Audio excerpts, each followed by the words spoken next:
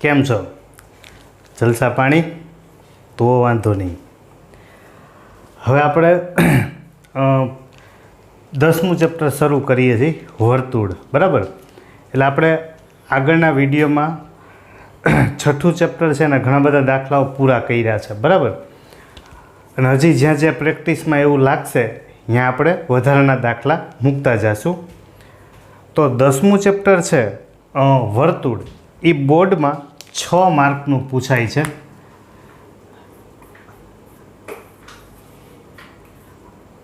એમાંથી 4 માર્કનો અથવા તો 3 માર્ક, 3 માર્કનો એક પ્રમેય હોય અને બાકીના 3 માર્કમાં દાખલો હોઈ શકે 2 માર્કમાં, અથવા 1 માર્કનો એક પ્રશ્ન હોય. બરાબર.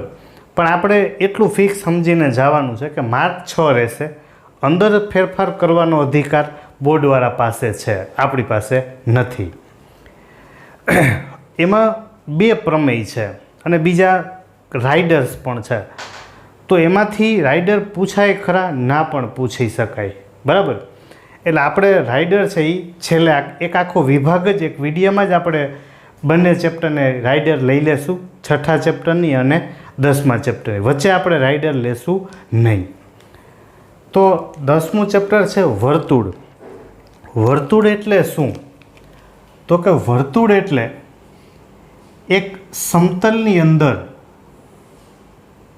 આપણે એક સમતલ દોરીએ,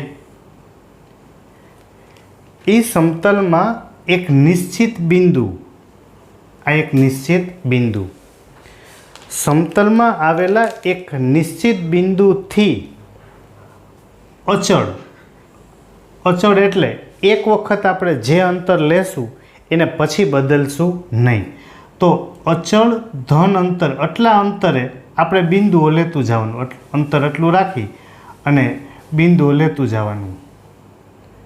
તો એ જે બિંદુઓનો ગણ, ગણ એટલે નિશ્ચિત એક પ્રકારનો સમુદાય, તો આ બિંદુઓનો ગણ એ બનાવશે વર્તુળ. એને શું કહેવાય? વર્તુળ. તો વર્તુળની આપણે વ્યાખ્યા લખીએ કે વર્તુળ એટલે શું? બરાબર. તો સમતલમાં આવેલા એક નિશ્ચિત બિંદુથી, સમતલમાં આવેલા એક નિશ્ચિત બિંદુથી અચળ ધન અંતરે રહેલા બિંદુઓના ગણને, ધન અંતરે રહેલા બિંદુઓના ગણને કહેવાય વર્તુળ. બરાબર. ફરીથી, સમતલમાં એટલે આપણે એક આ સમતલ લીધું, એમાં આવેલું એક નિશ્ચિત બિંદુ, તો એમાં આપણે એક આ નિશ્ચિત બિંદુ લીધું, એ નિશ્ચિત બિંદુથી અચળ ધન અંતરે રહેલા, આ અંતર છે, અંતર એ અચળ રાખવાનું છે. અને બીજું ધન અંતર હોય, અંતર ક્યારેય ઋણ ના હોય. દાખલા તરીકે હું એમ કહું કે જુનાગઢથી રાજકોટનું અંતર 100 કિલોમીટર છે, તો એ ધન અંતર જ હોય, એમ ન કહેવાય -100 કિલોમીટર છે. બરાબર. -100માં જાય પાછા આમ રિવર્સમાં સોમનાથ ભૂગી ગયા હોય, એટલે આપણે આગળ જઈએ છીએ. અંતર હંમેશા કેવું હોય? ધન. તો અચળ ધન અંતરે રહેલા બિંદુઓના ગણને વર્તુળ કહેવાય. એમાં જે એક નિશ્ચિત બિંદુ છે, નિશ્ચિત બિંદુ, એ નિશ્ચિત બિંદુને કેન્દ્ર કહેવાય. બરાબર. જે નિશ્ચિત બિંદુ છે એ નિશ્ચિત બિંદુને કહેવાય કેન્દ્ર. અને અચળ જે આપણે ધન અંતર લીધું છે એ અચળ ધન અંતરને ત્રિજ્યા કહેવાય. બરાબર. કેન્દ્ર છે, કેન્દ્ર એને સેન્ટર કહેવાય, એટલે આપણે એને સી લખતા હોય છે, નામ કોઈ પણ આપી શકો. અને ત્રિજ્યા છે એને રેડિયસ કહેવાય, એટલે આપણે એને દર્શાવીએ છીએ આર વડે. બરાબર. તો ત્રિજ્યા એટલે આપણે ખબર પડે કે અચળ ધન અંતર છે, પણ વાસ્તવની અંદર, વાસ્તવમાં ત્રિજ્યા એટલે શું? જેને આપણે રેડિયસ કહીએ છીએ, બરાબર. તો ત્રિજ્યા એટલે એક એવો રેખાખંડ છે કે જેનું એક બિંદુ છે એ કેન્દ્રમાં હોય, એક છેડો છે, એક અંત્ય બિંદુ છે એ કેન્દ્રમાં હોય અને બીજું અંત્ય બિંદુ વર્તુળ ઉપર હોય, એવા રેખાખંડને કહેવાય ત્રિજ્યા. જે રેખાખંડનું એક અંત્ય બિંદુ, જે રેખાખંડનું એક અંત્ય બિંદુ વર્તુળનું કેન્દ્ર હોય અને બીજું અંત્ય બિંદુ વર્તુળ પર હોય, તો તેવા રેખાખંડને આપણે શું કહીએ છીએ? ત્રિજ્યા. બરાબર. ફરીથી, જે રેખાખંડ, એક એવો રેખાખંડ એનું એક અંત્ય બિંદુ વર્તુળનું કેન્દ્ર હોય, એક બિંદુ ક્યાં હોય? વર્તુળના કેન્દ્રમાં, અને બીજું અંત્ય બિંદુ ક્યાં હોય? તો કે વર્તુળની ઉપર, તો એવા રેખાખંડને કહેવાય ત્રિજ્યા. બરાબર. તો ત્રિજ્યા છે એટલે એ નક્કી થઈ ગયું કે એક છેડો આપણે કેન્દ્રમાં રાખવાનો છે અને બીજો ક્યાં રાખવાનો છે? વર્તુળ ઉપર. તમે કોઈ પણ જગ્યાએ આ વર્તુળ હોય, તમે કોઈ પણ આ દોરી શકો છો, આને ત્રિજ્યા કહેવાય. બરાબર. એક છેડો કેન્દ્રમાં હોય અને બીજો છેડો ક્યાં હોય? વર્તુળ ઉપર. એટલે આ બની જશે બધી ત્રિજ્યાઓ.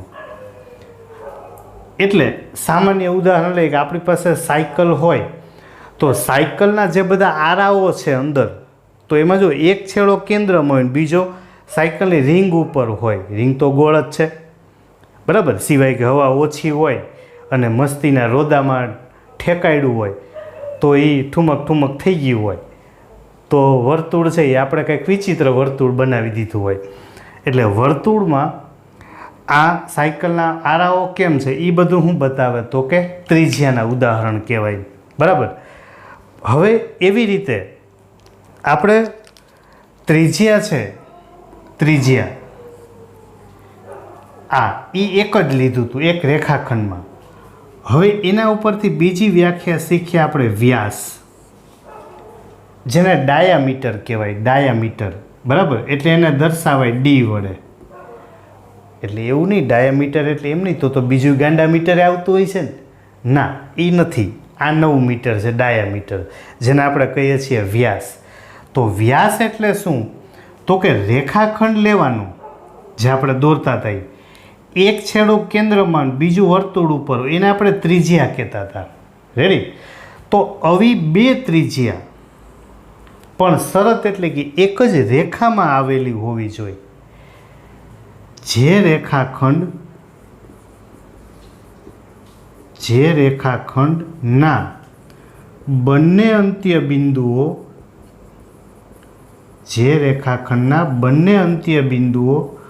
વર્તુળ પર હોય અને કેન્દ્રમાંથી પસાર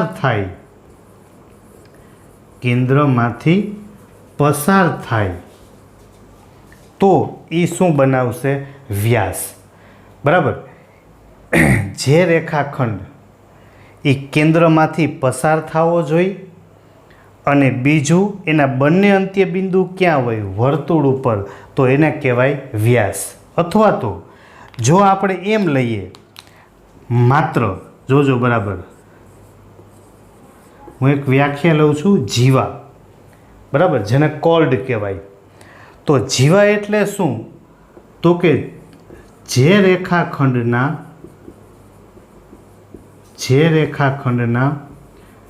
બંને અંત્ય બિંદુ વર્તુળ પર હોય. બરાબર. જો આમાં એમ કીધું કે જે રેખાખંડના બંને અંત્ય બિંદુ વર્તુળ પર હોય, એટલે આ વર્તુળ છે તો તમે બે રેખાખંડ વર્તુળ ઉપર લીધા હોય, દાખલા તરીકે આમ છે, તો તો જો બે વર્તુળ ઉપર છે તો એને શું કહેવાય? જીવા. આમ દોરશો તો બે છેડા વર્તુળ ઉપર, એને કહેવાય જીવા. બંને વર્તુળ ઉપર, તો આ બધું તમે શું દોરો છો? તો કે જીવા. બરાબર. ખાઈ પીને મોજથી જીવા એ જીવા નહીં ભાઈ.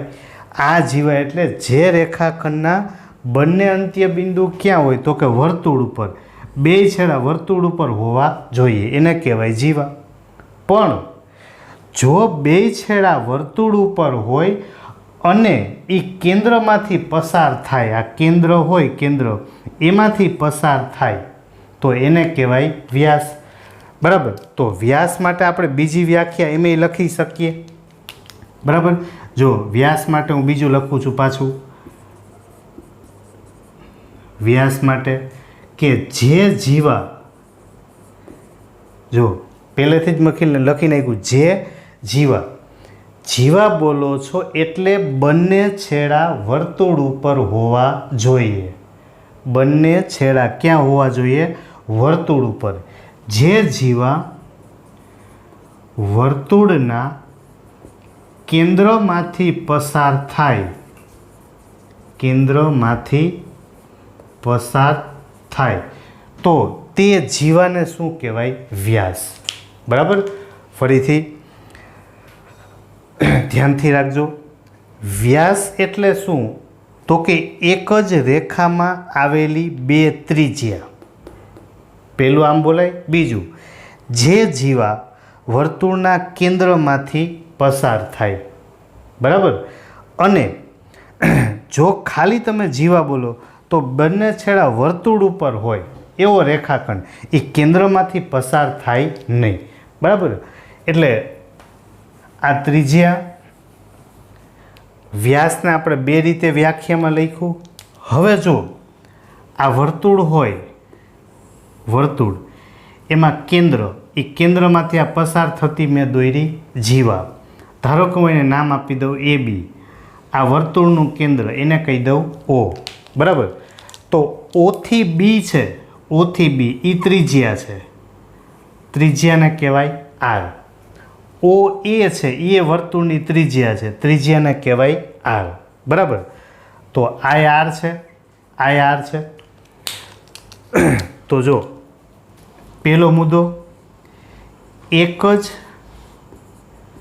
રેખામાં આવેલી, એક જ રેખામાં આવેલી બે ત્રિજ્યાઓનો યોગગણ. બરાબર. યોગગણ તમે આગળ શીખાઈશો. યોગ એટલે ભેગું કરવું. બરાબર. જેને ઇંગ્લિશમાં યુનિયન સેટ કહેવાય. યોગગણ એટલે શું? તો કે ભેગું કરવું.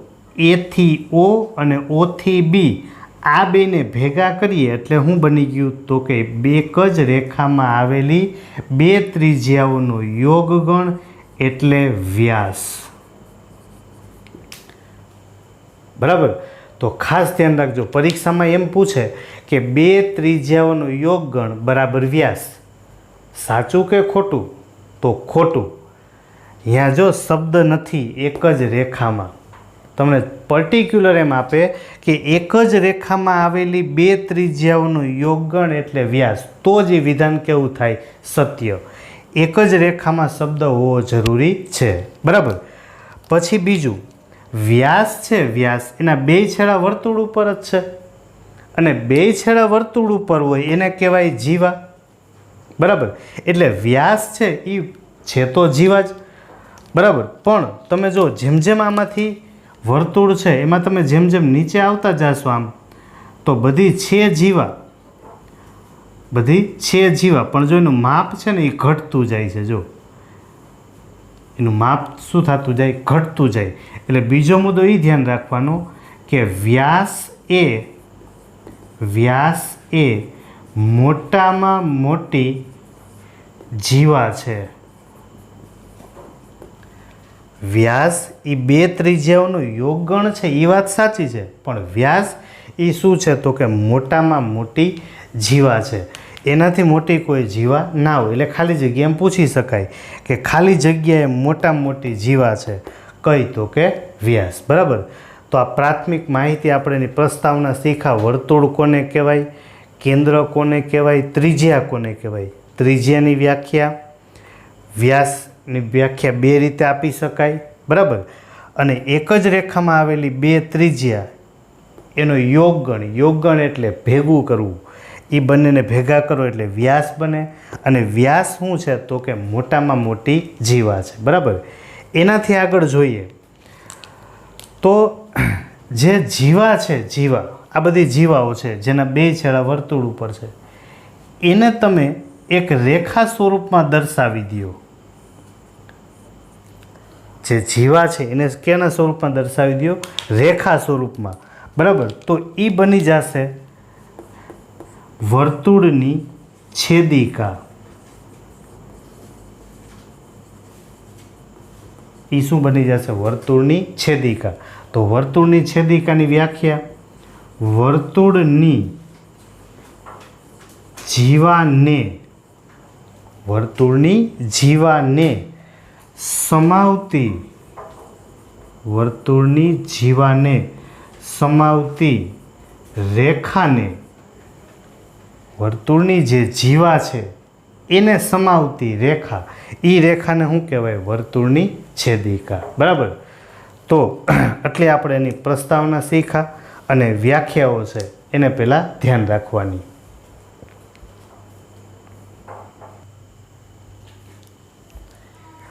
હવે આ બધી વ્યાખ્યાઓ આપણે સૌથી પહેલાં તૈયાર કરશું. એની આગળ આપણે જઈએ કે વર્તુળ છે, વર્તુળ અને એની સાથે બીજી એક આપણે લઈએ રેખા. વર્તુળ અને રેખા. બરાબર. તો આપણે છેલ્લી વ્યાખ્યા શીખ્યા કે વર્તુળ છે, વર્તુળ. બરાબર. એમાંથી આ વર્તુળ છે, આ જીવા દોરી હતી, તો વર્તુળની જીવાને સમાવતી રેખા એને આપણે કહેતા હતા વર્તુળની છેદિકા. બરાબર. તો રેખા છે એ આ વર્તુળને કેટલા બિંદુમાં છેદે? બે બિંદુમાં છે. એટલે જ્યારે છેદિકા બને ત્યારે આપણે જવાબ એવો લખી શકીએ કે રેખા વર્તુળને બે ભિન્ન બિંદુમાં છેદે. બરાબર. રેખા છે વર્તુળને બે ભિન્ન બિંદુમાં છેદે. એટલે પેલું એ છે કે રેખા છે એ વર્તુળને બે ભિન્ન બિંદુમાં છેદે. બીજી વાત, વર્તુળ છે અને આ રેખા, તો રેખા છે એ વર્તુળને ક્યાંય છેદે નહીં. બરાબર. એટલે આપણે બીજો ઓપ્શન વિકલ્પ એવો વિચારી શકીએ કે રેખા વર્તુળને ન છેદે. રેખા છે એ વર્તુળને ક્યાંય છેદે નહીં. બરાબર. એ બીજો ઓપ્શન બનાવી શકાય. પછી ત્રીજા ઓપ્શનમાં આપણે એવું વિચારી શકીએ કે વર્તુળ છે અને આ રેખા, તો વર્તુળ છે એ રેખા એ બંને કેટલા બિંદુમાં ભેગા થાય છે, છેદે છે? તો કે એક જ બિંદુમાં. તો જ્યારે રેખા વર્તુળને એક જ બિંદુમાં સ્પર્શે એટલે કે છેદે તો એને કહેવાય વર્તુળનો સ્પર્શક. બરાબર. તો વ્યાખ્યા લખાય કે વર્તુળને એક અને માત્ર એક જ બિંદુમાં છેદતી રેખાને વર્તુળનો કહેવાય સ્પર્શક. બરાબર. તો વર્તુળને એક અને માત્ર એક જ બિંદુમાં છેદતી રેખાને કહેવાય વર્તુળનું સ્પર્શક. તો રેખા અને વર્તુળ વચ્ચે ત્રણ પ્રકારના સંબંધ બની શકે. કાં તો રેખા છે વર્તુળને ના છેદે, આવી આકૃતિ. બીજું, રેખા વર્તુળને બે ભિન્ન બિંદુમાં છેદે ત્યારે એ બનાવે વર્તુળની છેદિકા.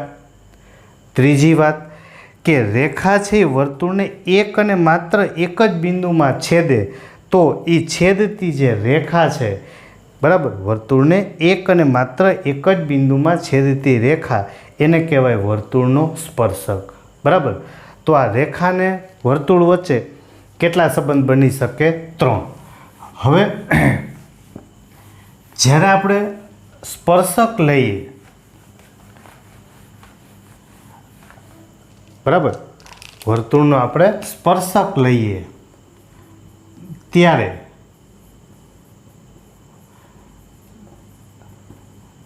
વર્તુળનો સ્પર્શક, આ વર્તુળ, એનો આપણે એક સ્પર્શક દોરીએ. ધારો કે સ્પર્શકને કહી દઉં L. આ કેન્દ્રને આપણે નામ આપી દઈએ O. બરાબર.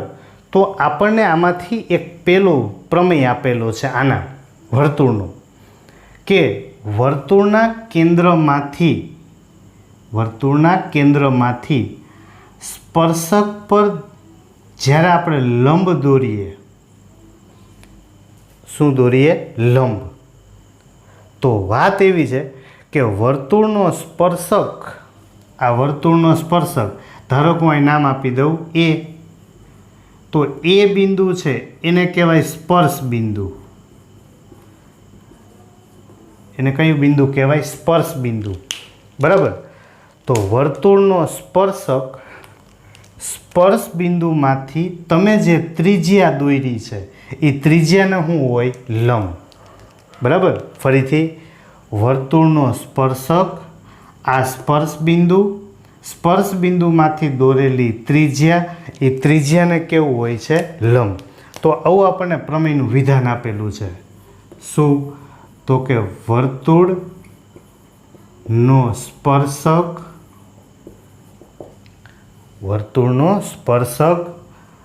સ્પર્શ બિંદુમાંથી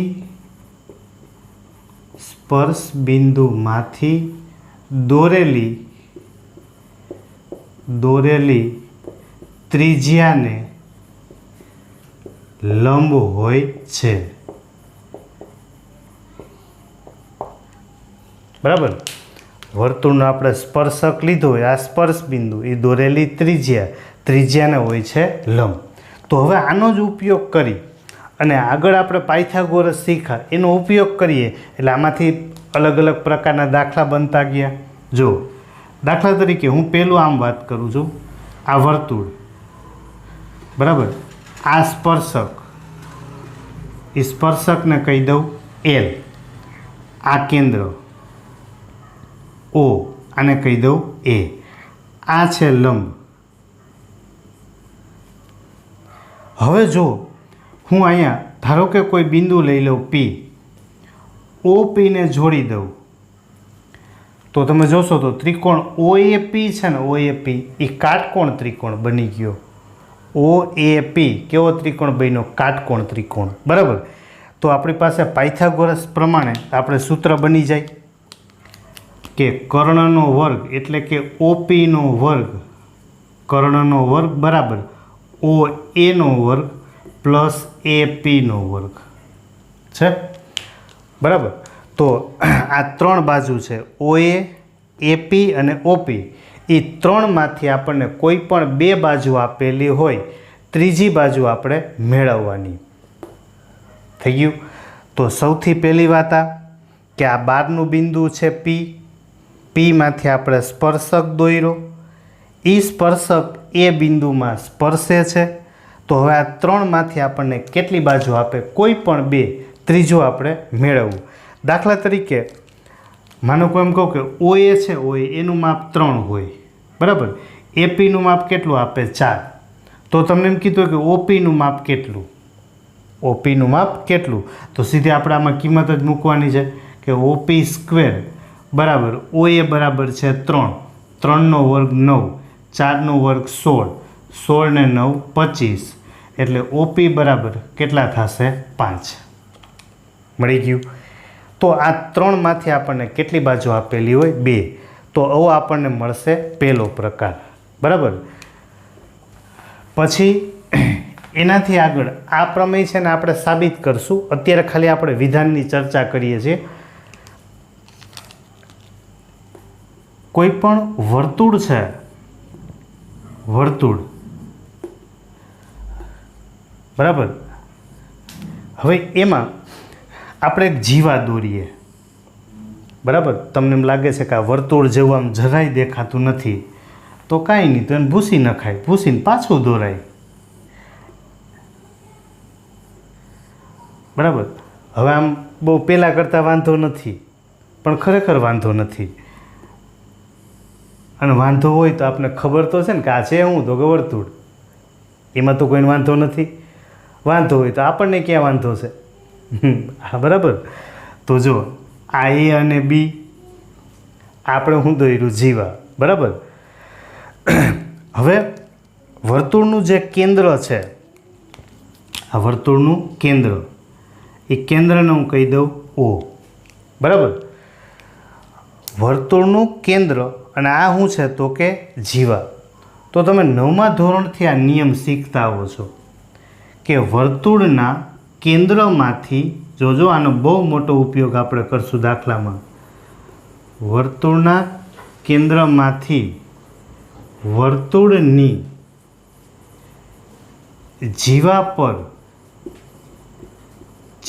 પર દોરેલો લંબ, વર્તુળના કેન્દ્રમાંથી વર્તુળની જીવા, એના ઉપર દોરેલો લંબ જીવાને દુભાગે છે. દુભાગે છે એટલે દૂર ભાગે એમ નહીં, દુભાગવું મતલબ ભાગ કરવા. આ કેન્દ્રમાંથી તમે જીવા ઉપર લંબ દોરો એટલે આ જીવાને શું કરે? દુભાગે. દુભાગે એટલે બે સરખા ભાગ થાય, બરાબર. ફરીથી વર્તુળનું કેન્દ્ર, એમાંથી આ એ બી જીવા છે, જીવા ઉપર તમે લંબ દોર્યો તો એ આ જીવાને શું કરે છે? દુભાગે છે, એટલે કે બે સરખા ભાગ કરે. OM એ આપણે લંબ દોર્યું કોના ઉપર? AB ઉપર. રેડી? એટલે બે ભાગ થઈ ગયા. AM બરાબર MB, AM અને MB બે સરખા થાય અને કેટલું હોય તો કે AB કરતાં અડધું હોય. તો આપણી પાસે બે વાત થઈ ગઈ. એક સ્પર્શક હતો ત્યારે કાટકોણ ત્રિકોણ બનતો હતો. બીજી વાત કે જીવા ઉપર લંબ દોર્યો, હવે તમે આમાંથી કાટકોણ ત્રિકોણ પાછો દોરી શકો. તમે OBને જોડી દો તો આ પાછો કાટકોણ ત્રિકોણ બની ગયો. તમે OAને જોડો તોય બે ત્રિકોણ સરખા જ થાય. તો આમાંથી તમે કાટકોણ ત્રિકોણ લખો તો OB સ્ક્વેર પાયથાગોરસ પ્રમાણે કર્ણનો વર્ગ OB square is equal OM square plus MB square, બરાબર. તો આપણને એમાંથી મળ્યું તો કાટકોણ ત્રિકોણનું સૂત્ર OB સ્ક્વેર કર્ણનો વર્ગ બરાબર OM square plus MB square.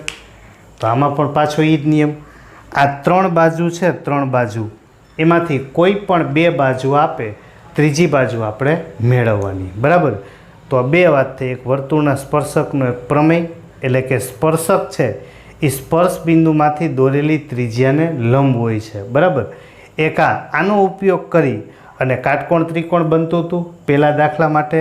અને બીજું એ કે જીવા ઉપર લંબ દોરો તો જીવાને દુભાગે છે, બરાબર. એમાંથી કાટકોણ ત્રિકોણ બની ગયું. આ બીજો પ્રકાર, બરાબર.